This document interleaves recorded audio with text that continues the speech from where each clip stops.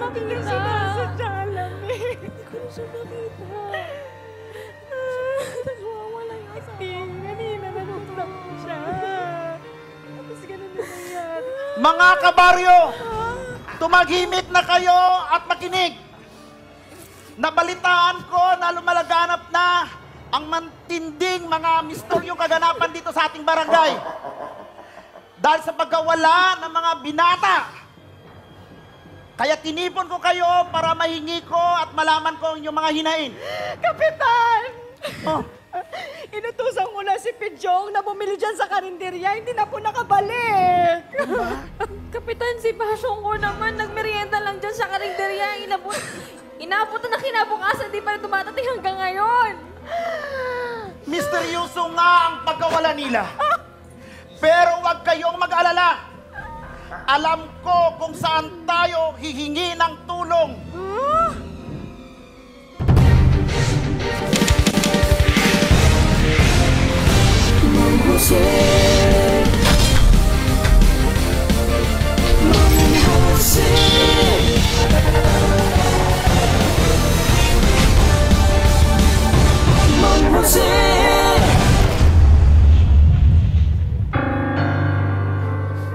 Jacqueline, Po. kumpleto na ba yung mga gamit natin? Opo, Tay. Andito na po lahat ng kailangan natin. Mabuti naman kung ganun. Alam mo, anak, kinakabahan ako sa mission natin ngayong araw na to. Bakit naman po? Kasi ganito yan, anak. Saka ko nalang sasabihin sa'yo. Tay na. Ang mas maganda siguro, pumunta na tayo doon sa Halika Barrio na nga. Burugan para papuntahan na natin yung mga nangangailangan doon. Tara! Yan na po.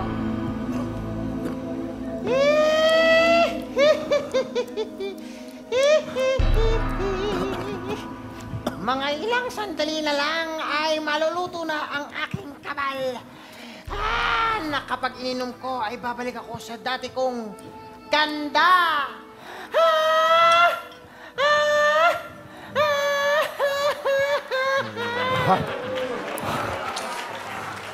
Yan pala, Thailand, kung bakit hindi kumukupas ng iyong kagandahan. Ano ba atraso namin sa'yo? Bakit mo kami kinuha? Bakit mo kami binihag? Oo nga, pakawala mo na kami. Maawa ka na. Nag-aalala ang mga kasintahan namin. Please! Up! Yan ang napapagay sa inyo. Wala kayong karapatang lumigaya kasama ang inyong mga minamahal. Kayong mga lalaki. Kapag binigay namin ang buong tiwala at pagmamahal namin sa inyo, paglalaruan nyo lang kaming mga babae. Huwag mo lahatin! Pa, Dahil ako, stick to one ako. Lalo ka na. Yung totoo. Tama. Tsaka, hindi naman kami ang lumoko sa'yo. Pakawala mo Oo na nga. kami. Shut up! Pare-pareho lang kayong mga lalaki. Mapupulo kayo dito.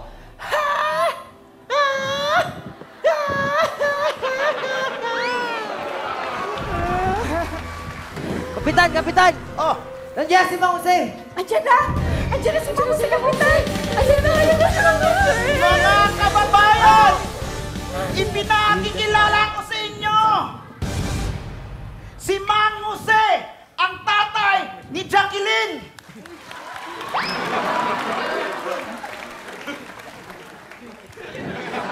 Mang Jose, wala tayong camera. Ito. atras Teka yan. lang, teka lang. Ayan. Excuse me. Okay. Mang Jose, tulungan niyo po kami! Ano, may bubuhatin ba tayo? Wala po naman, wala po yung mga kasintahan namin, Mang Jose. Wala mga kasintahan. Huwag kayong mag-alala. Alam ko na kung ano nangyari sa kanila. Paano mo nalaman eh? Kararating mo lamang. Alam ko. Pararating ko Ganyan lang. kagaling ang tatay ko. Teka, ano po nangyari sa kanila? Ang unang-una nangyari, yung kasintahan mo ba ay kumain dyan sa karinderya na yan? Opo. Yung kasintahan mo ba ay kumain din sa karinderya na yan? Opo. Ayun. Ayun na. Ano? Makukulam! Sorry. Lakas ba? Mangkukulam! Nakukulam ang inyong mga kasintahan. Alam nyo ba? Kilala ko kung sino ang gumagawa niyan. At dyan nakatira, mangkukulam. Sigurado po po kayo? Sigurado ako. Tignan nyo. Basahin nyo ang karatula. Sabay-sabay nyo. 1, 2, 3. Mangkok ulam.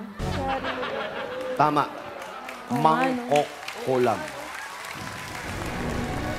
At kilala ko rin ang nakatira dyan. Tama si Mang Jose. Kilala niya ang nakatira dyan. Si Lucia. Ang dati niyang kasintahan. Ha? Tay, totoo ba yun?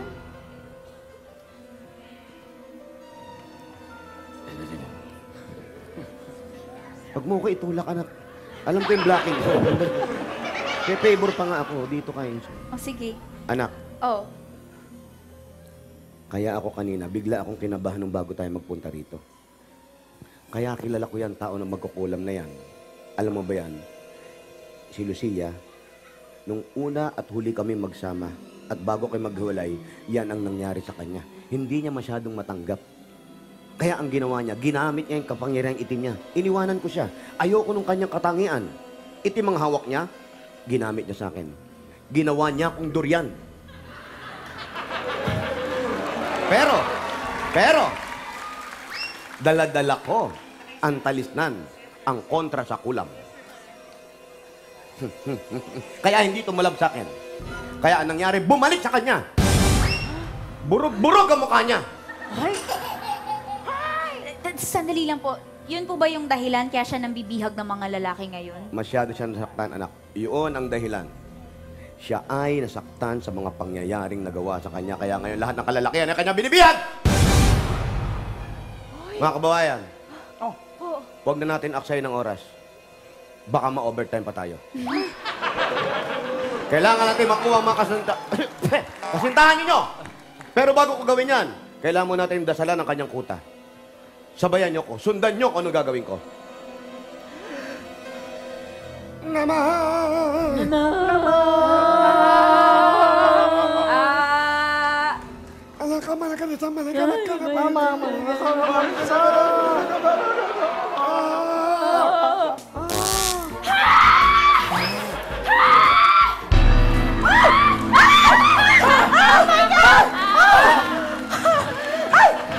Maligayang pagbabalik, mahal. Namiss mo ba ako? Pag ganyan ang itsura mo, namimiss kita. Pero yung nagluluto kanina, hindi ko namimiss yung itsura na yun. Pakawalan mo mga bihag mo. Unang-una sa lahat, wala silang kinalaman sa alitan natin dalawa. Maawa ka sa kanila. Hindi na sila makakawala. Pare-pareho kung kayong parurusahan. Kaya humanda ka at tikman ang lupit ng aking paghihiganti. Wala kang kasinsama. Wala kang kasinsama. Ayaw sana kitang patulan. Pero dahil dyan, mapipilitan akong labanan kita. Jacqueline! Po! Ang may huwagang botelya. Ang botelya na may inipong bituin at ihip ng hangin ay ginapos sa may pinagbawal na ulan ni Nonoy Zoo! Humanda ka! Eto ang sayo!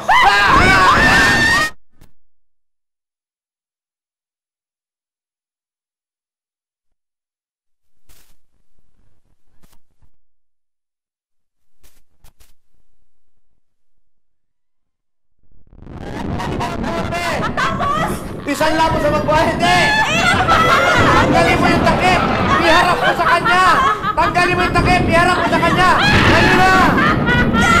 Yeah! Yeah!